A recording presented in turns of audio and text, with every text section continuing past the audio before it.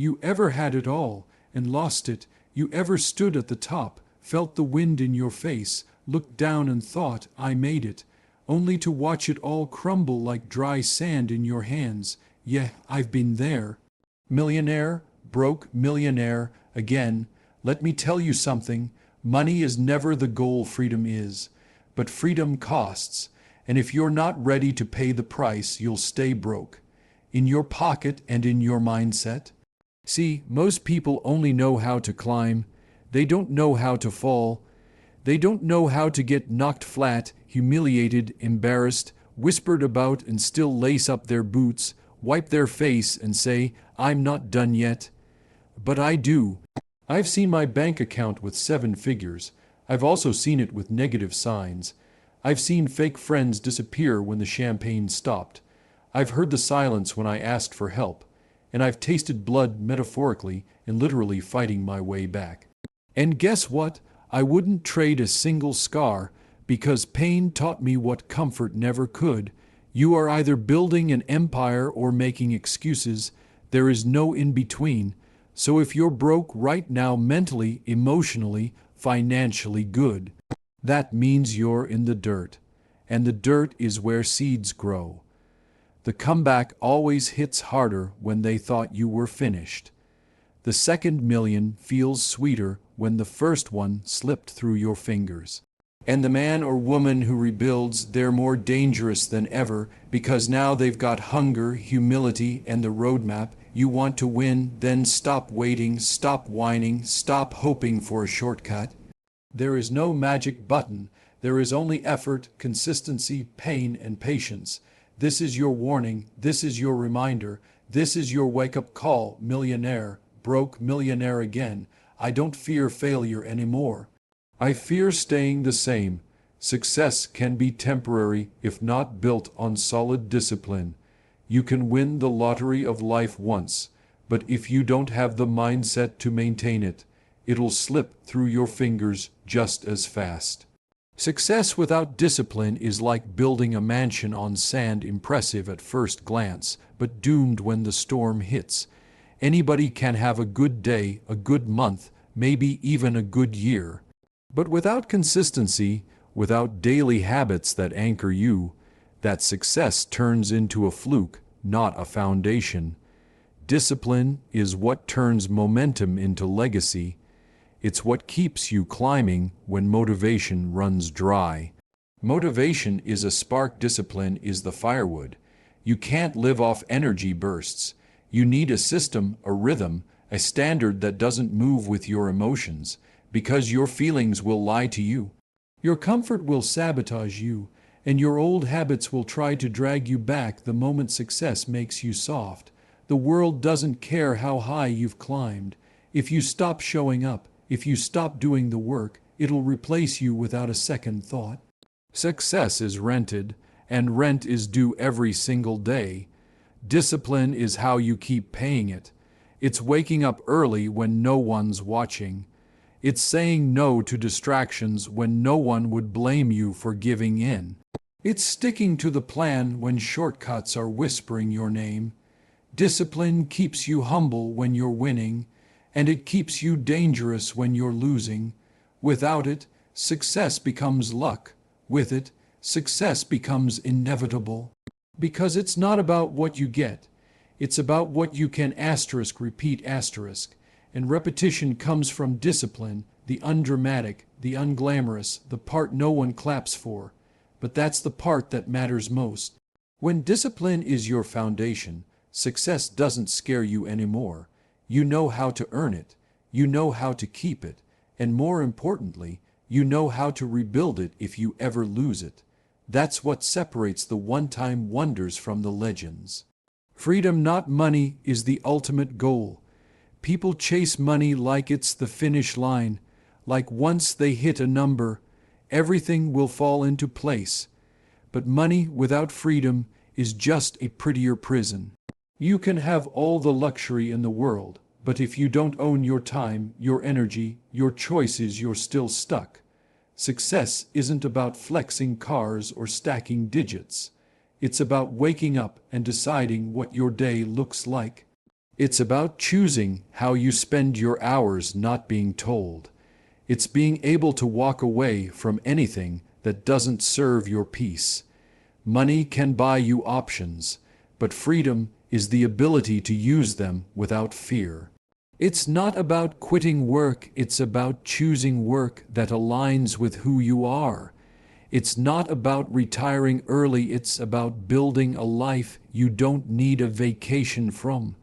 Most people trade 5 days of misery for 2 days of relief. They sell their time, their health, even their identity just to keep up, and they call that living.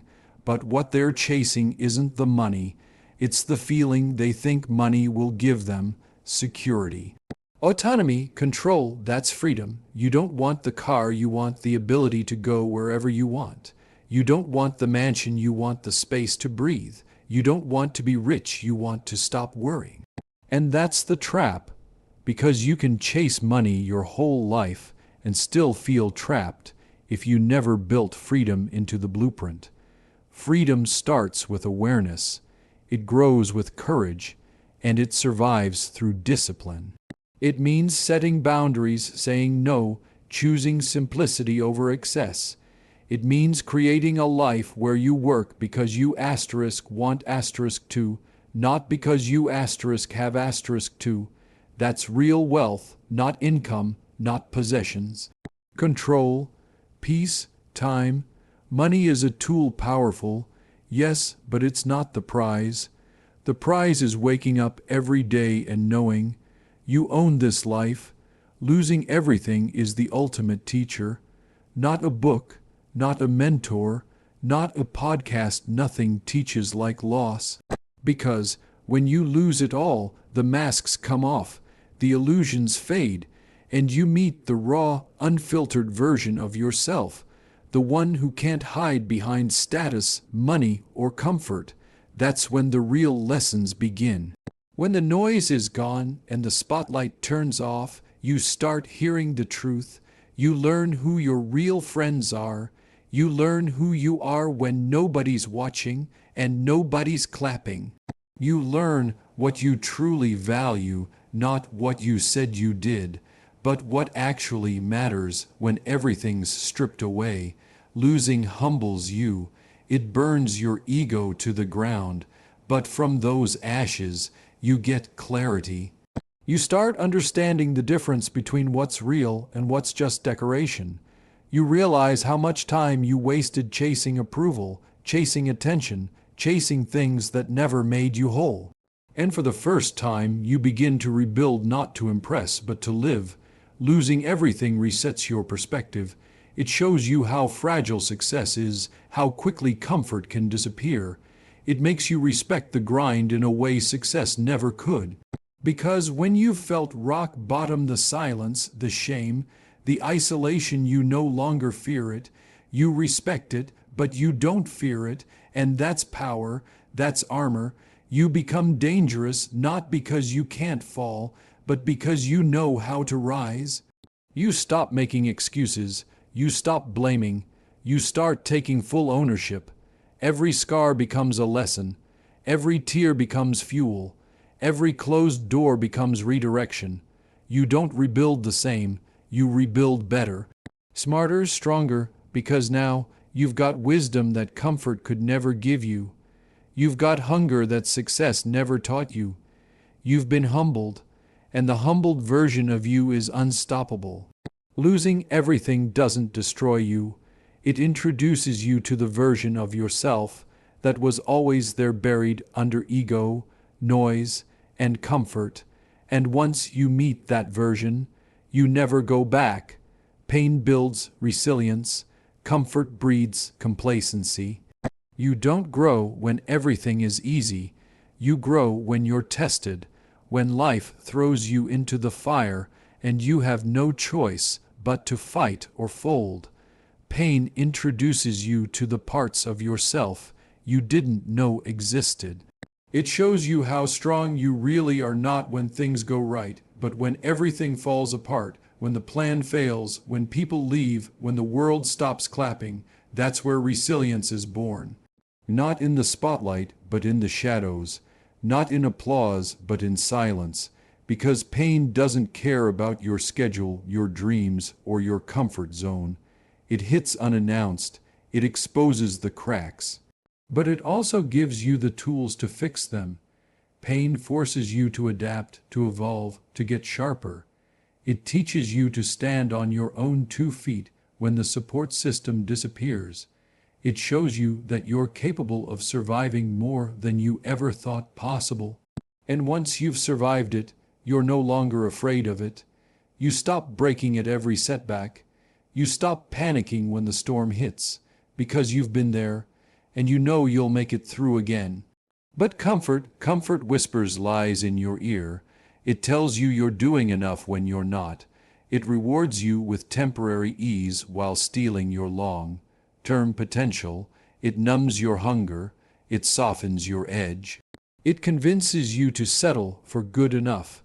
And before you know it, you're stuck in a loop of low standards and quiet frustration, because nothing great comes from comfort. Comfort never made a warrior, never built an empire, never changed the world. Pain did that, struggle did that, pressure did that. So the next time it hurts, don't run, don't numb it, don't wish it away, lean in, because inside that pain is a lesson, a strength, a version of you that only shows up when you're uncomfortable. Resilience isn't gifted, it's earned in the moments when you want to quit but choose not to, earned in the days you show up tired, broke, angry, and still do the work. That's how greatness is built. One painful, powerful step at a time. Your network isn't real until you're broke. Everyone loves a winner. Everyone wants to be around you when you're shining, when the checks are clearing, when the drinks are flowing. But the real test, it's when the money runs out, when you're down, not trending, not useful to anyone's image. That's when you find out who's real. That's when you learn the difference between people who loved you and people who loved what you could do for them. Because when you have nothing to offer, people show their true colors. The calls stop, the texts disappear. The ones who used to laugh with you, party with you, post you on their feed, they vanish like smoke. And suddenly you're not surrounded anymore. You're alone, and in that silence you get clarity. You start to see how much of your circle was just noise, how much of your so-called support system was really built on convenience. Real friends don't care about your bank account. Real people don't disappear when life gets ugly. They show up, they check in, they help without keeping score. They don't need you to be perfect. They just need you to be real. But most people, they don't want real. They want access to your shine, access to your name, access to your resources. And the moment that access is cut off, so is the connection. It's not personal, it's transactional. And you don't realize it until the transaction is no longer valuable. So don't measure your network by how many people surround you when you win. Measure it by who's still around when you lose, who picks up the phone when all you've got is a story and a struggle, who believes in you when there's nothing to gain. That's your network, that's your tribe. The rest, they were just tourists in your life. And sometimes losing everything is the only way to clean house, to separate the real from the fake, to build again, this time on truth, because a small circle of real ones is worth more than a stadium full of opportunists. The second rise is stronger than the first. Because the first time you were guessing, you were running on hype, hope, and maybe a little bit of luck. You didn't know what to expect. You were learning on the fly, making mistakes, trusting the wrong people, chasing validation, and thinking success would solve everything. And maybe it worked for a while, but then you fell hard, the applause stopped, the confidence cracked, and you had to face something most people run from, starting over. But this time it's different. The second rise is built on scars, not dreams. You've already felt the weight of failure, and it didn't break you. Now you rise with intention. Now you rise with precision. The naivety is gone. the ego is quieter. And the lessons, they're burned into your DNA. You know where the traps are. You've seen the snakes in suits and the friends who disappear when the shine fades. You've learned what matters and what never did.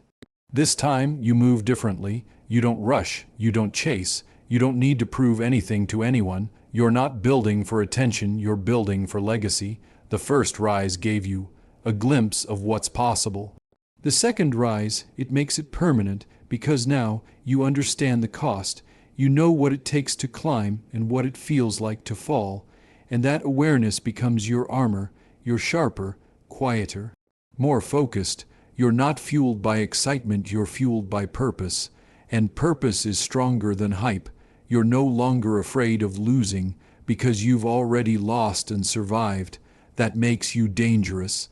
Because failure doesn't scare you, comfort does. You don't need a crowd. You don't need permission. You've been broken, humbled, rebuilt, and now you rise with clarity.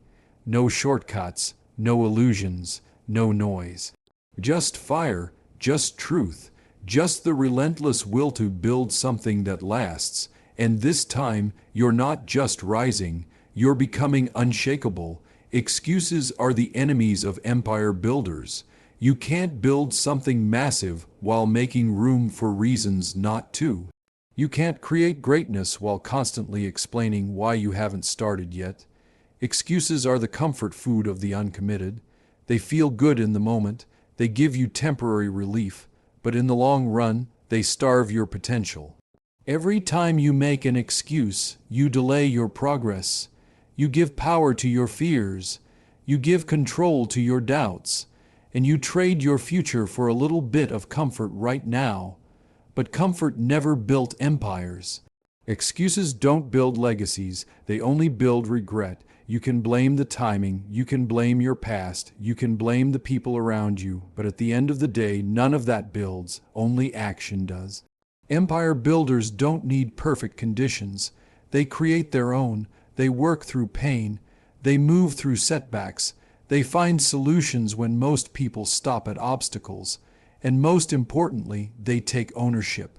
They don't say, "I can't." They say, "How can I?" Because once you stop making excuses, you start making progress. It doesn't matter how small the step is. What matters is that you took it, that you moved, that you acted. Excuses will always be available. You'll always have a reason to wait, to doubt, to quit. But if you give them power, they will take your life hostage. Your vision dies slowly every time you justify inaction. You want the success, the freedom, the impact. Then it starts with killing your excuses, not tomorrow, not when it feels right, now. Because your excuses don't care about your dreams, but your discipline does. Your action does, your resilience does, and that's what empires are built on. Not comfort, not pity, not luck, but pure, relentless execution, day after day, even when it's hard, especially when it's hard. So either feed your excuses and starve your future, or kill your excuses and build something that lasts. There's no secret, only sacrifice.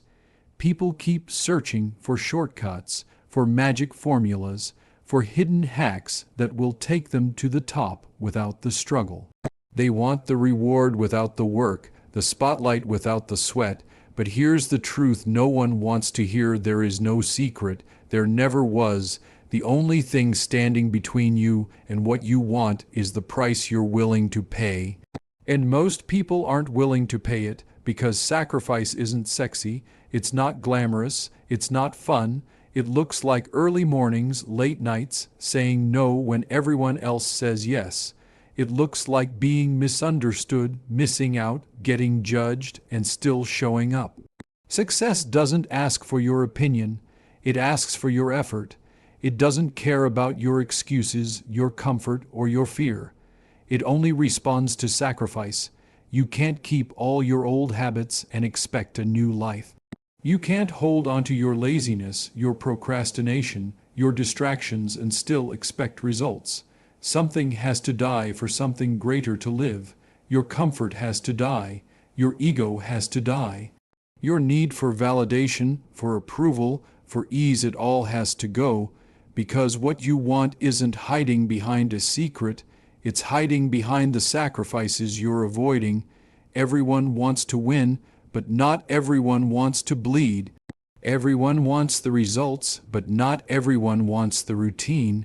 There's no mentor, no course, no book that can outwork the grind you're avoiding. And until you accept that, you'll stay stuck. You'll keep spinning. You'll keep wondering why nothing changes while refusing to change yourself. Sacrifice isn't a punishment. It's the gatekeeper. It's the test.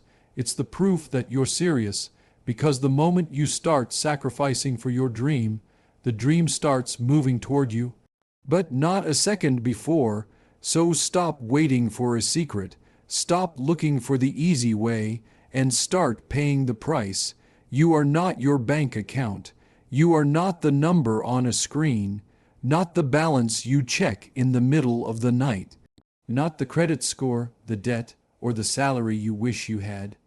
You are something far greater, but somewhere along the way, the world convinced you otherwise.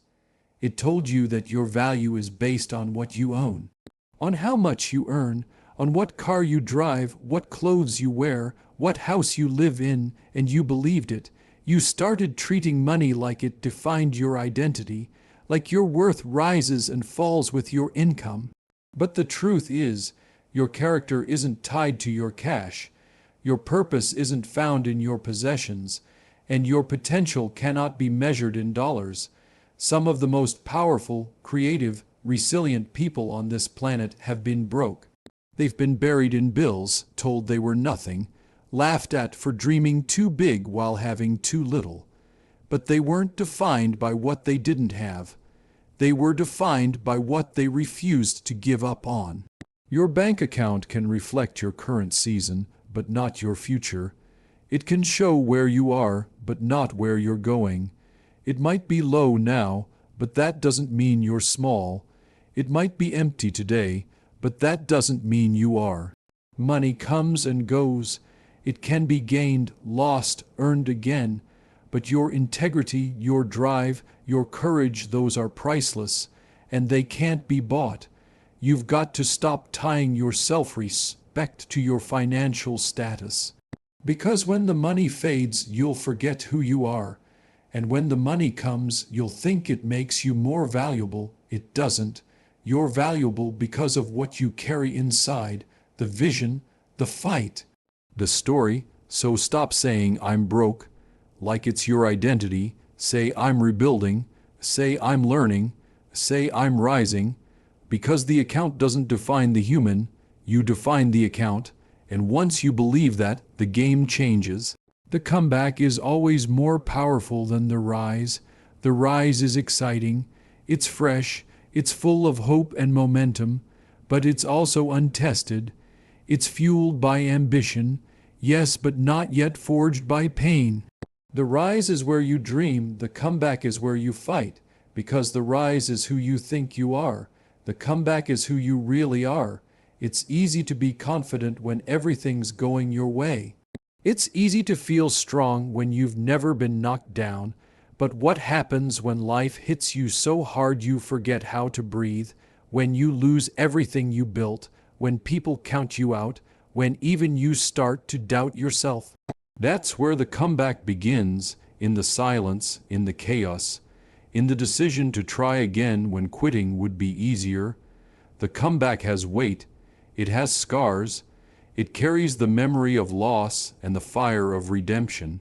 It's not about proving others wrong, it's about proving to yourself that you still have more left in you, that you are not finished, that the setback didn't destroy you, it rebuilt you, and now you're wiser, stronger, hungrier, more dangerous, because the comeback version of you doesn't just want to win, it knows what it's like to lose. It remembers the cold nights, the silence of disappointment, the sting of regret, and that memory fuels every step forward. The comeback is not about repeating the rise. It's about rewriting the story, coming back with purpose, not pride, with strategy, not just speed, with focus, not just fire. The world loves a rise, but it respects a comeback, because comebacks don't come from luck. They come from grit, from resilience, from a refusal to stay down. So if you've fallen, good. That means your comeback is in motion. And when you return, not if, but asterisk, when asterisk, you'll be unstoppable.